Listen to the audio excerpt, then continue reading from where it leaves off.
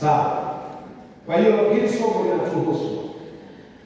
Kwa nini uko umri? Ni kwa sababu hiyo ndio miaka ambayo kijana huwa anaanza kujipangia maisha yake mwenyewe. Sababu ya pili ni miaka kijana anaanza kuondoka kutegemea mwongozo wa nyumbani na kujiongoza mwenyewe.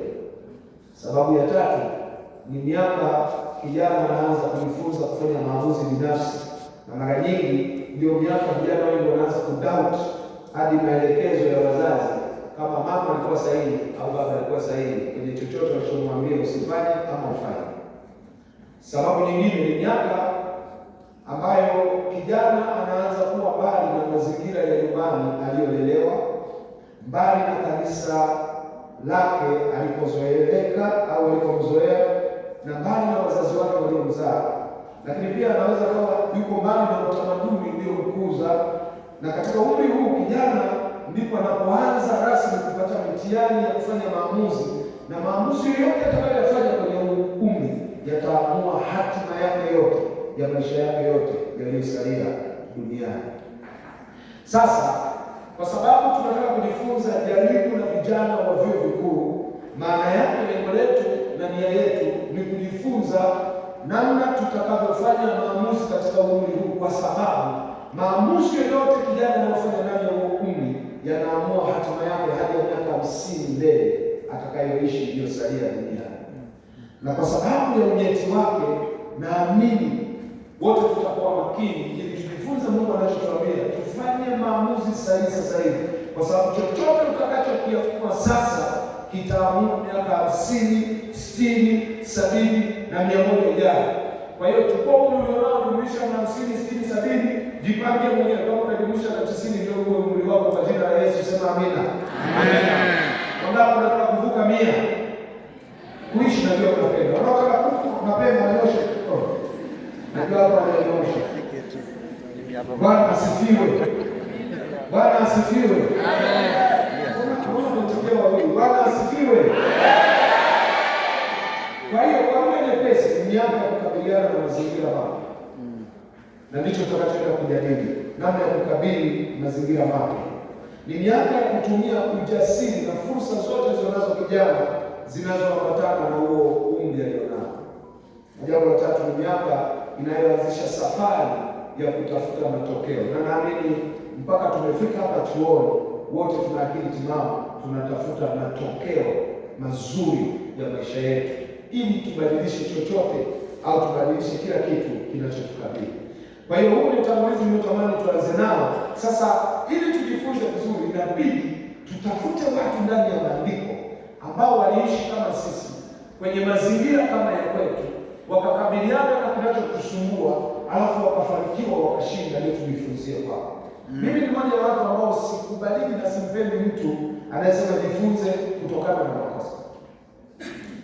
Kwa dunia sasa hivi ilipofikia, kuna makosa utaka kujifunzia, tutajifunza ukiwa marehemu. Kwa nini bora tujifunze kwa waliofanikiwa, wanaweza wakatuambia njia ya kupita. Amina. Amina. Bwana asifiwe. Amen. Sasa tuna watu waliofanikiwa walikuwa vijana ambao ni Daniel, Shadraka, Meshaki na Abednego, na sura ya kwanza ya Daniel inaripoti vizuri namna waliofanikiwa. Na kwa sababu hiyo nitaigawa sura nzima sehemu 3. Na sehemu ya kwanza itakuwa mstari wa kwanza hadi wa 7, ambayo itaipa kichwa cha somo jaribu na mazingira mapya na mageni kwa vijana. Sehemu ya pili itakuwa mstari wa 8 hadi wa 16, nitakayoipa kichwa cha somo njia ya ushindi, na unaweza kuweka kwenye mabano ujasiri makini wa vijana. Na sehemu ya 3 itakuwa mstari wa 17 hadi 21, ambayo tayari tumeisoma, itakuwa matokeo makubwa ya ushindi kwa vijana. Na kwa sababu hiyo sasa twende tuchambue sehemu moja moja mpaka tutakapoelewa nini ambacho tunapaswa kujifunza. Naanza sehemu ya kwanza, mstari wa kwanza hadi wa 7, jaribu na mazingira mapya na mageni kwa vijana. Na kwa sababu tunajifunzia kwao, nianze na historia yao. Vijana hawa tunaosoma habari zao walizaliwa kutoka kwenye familia za kifalme. Hawa ni watoto wa kishua. Hawa ni mboga nane. Ni vijana wazuri, watoto kwenye noble family. Sifa ya pili, Biblia inaonyesha walikuwa wazuri wa uso na muonekano kama tulivyo sisi sasa hivi. Mwangalie jirani yako, mwambie wewe ni mzuri, una muonekano mzuri.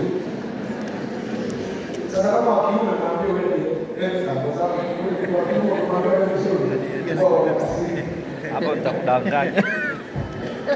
Sisi ni wazuri, asikwambie naona kwenda kusema hivi. Kama unajua wewe ni mzuri, Snapchat ule muonekano wa Snapchat ndio muonekano wako. Hii muonekano mwingine una matatizo tu ya hapa na pale. Lakini wewe ni yule wa Snapchat. Na usiogope kuposti, sema ni yule sasa ndio huyu. Haleluya. Kwa hiyo watu walikuwa wazuri wa uso. Lakini watatu walikuwa wasomi. Walikuwa na elimu, au sio tu walikuwa na elimu, walikuwa na hekima. Amina. Nini kilichotokea kwenye historia yao? Biblia inaonyesha, na historia inaonyesha wakiwa na umri wa miaka 16, Danieli alikuwa na miaka 16.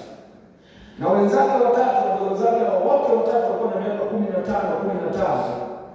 Mfalme Nebukadneza alivamia nchi yao ya Yuda.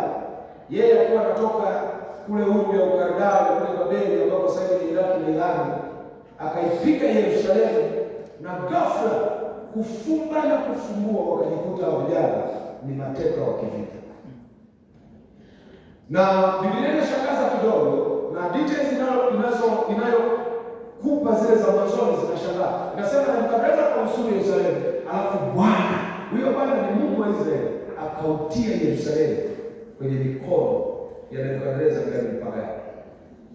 Hapo tunaanza kushukuru. Kumbe kuna wakati Mungu anaweza akawatia mikononi mwa adui watu wake wapigwe, sio kwa sababu yule anayewapiga ni mwema, ila kwa sababu watu wa Mungu wamekengeuka, wamekuwa waovu. Na Nebukadneza akawapiga na hakuishia kuwapiga, akamchukua mtawala wao aliyekuwa anatawala kipindi hicho, anaitwa Yehoyakimu. Na huyu bwana alifanya uvamizi mara 3 kabla hajaiangusha kabisa Yuda au Israeli. Mwaka 606 BC ulikuwa uvamizi wake wa kwanza, akiwa anatawala mfalme anaitwa Yehoyakimu, na ndicho Danieli anatoripoti hapo. Na alipoipiga nchi, alipopiga na kumteka rais au yule mfalme wa nchi, akuishia pale, alichukua baraza la mawaziri lote, akachukua wabunge wote, madiwani wote, wakuu wa vyuo wote, mabalozi wa nyumba kumi. Yaani cha msingi uitwe kiongozi, hata mwenyekiti wa PSA alikuwepo, alibeba. Akaondoka nao, akawapeleka Babeli. Ni kwa lugha nyingine alichukua brain ya ile nchi, na akili yake ni kwamba wasije wakaibuka tena, wakawa taifa wakasumbua. Alafu akatafuta bosi mmoja anaitwa Yekonia. Jina lingine anaitwa Konia. Na jina lingine anaitwa Yehoyakini. Unaweka tu nini mwishoni. Akamweka awe puppet king. Na alipomweka madarakani Yekonia naye akazingua. Alikaa miezi 3 tu.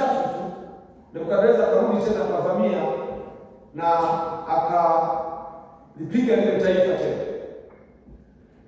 Nafikiri alikaa miaka 11. Yaani ilipita miaka kama 11 kama sikosei. Na akaondoka naye pia akaenda naye mwisho at least. Na pia Yeremia alikuwepo kipindi hicho, akamwonya Yeremia, usithubutu kupigana, jisalimishe uende. Sasa ule uvamizi wa kwanza kina Danieli ndio waliondoka. Uvamizi wa pili alikuja kuchukua wataalamu wote, mafundi, yaani kiitwa tu fundi na makuhani na vyombo vya nyumba ya Mungu vikaenda. Na kipindi hiki ndio alibebwa na bibi mwingine anaitwa Ezekieli. Ndio kama ya mito ya Babeli ndipo tulipoketi tukimkumbuka Sayuni. Aliondoka Ezekieli. Akarudi tena ile kwa mwaka 597. Akarudi tena mwaka 586. Akakuta mfalme anaitwa Sedekia. Usoma Mambo ya Nyakati wa pili ile sura ya mwisho kabisa utapata hiyo taarifa, na Yerusalemu ikaanguka rasmi, ikawa hakuna tena taifa, na jamaa alifyeka kila kitu kilichosimama kuanzia miti hadi nyumba, mpaka taifa likawa jangwa. Mpaka leo hiyo Middle East aliyejaribu kuifanya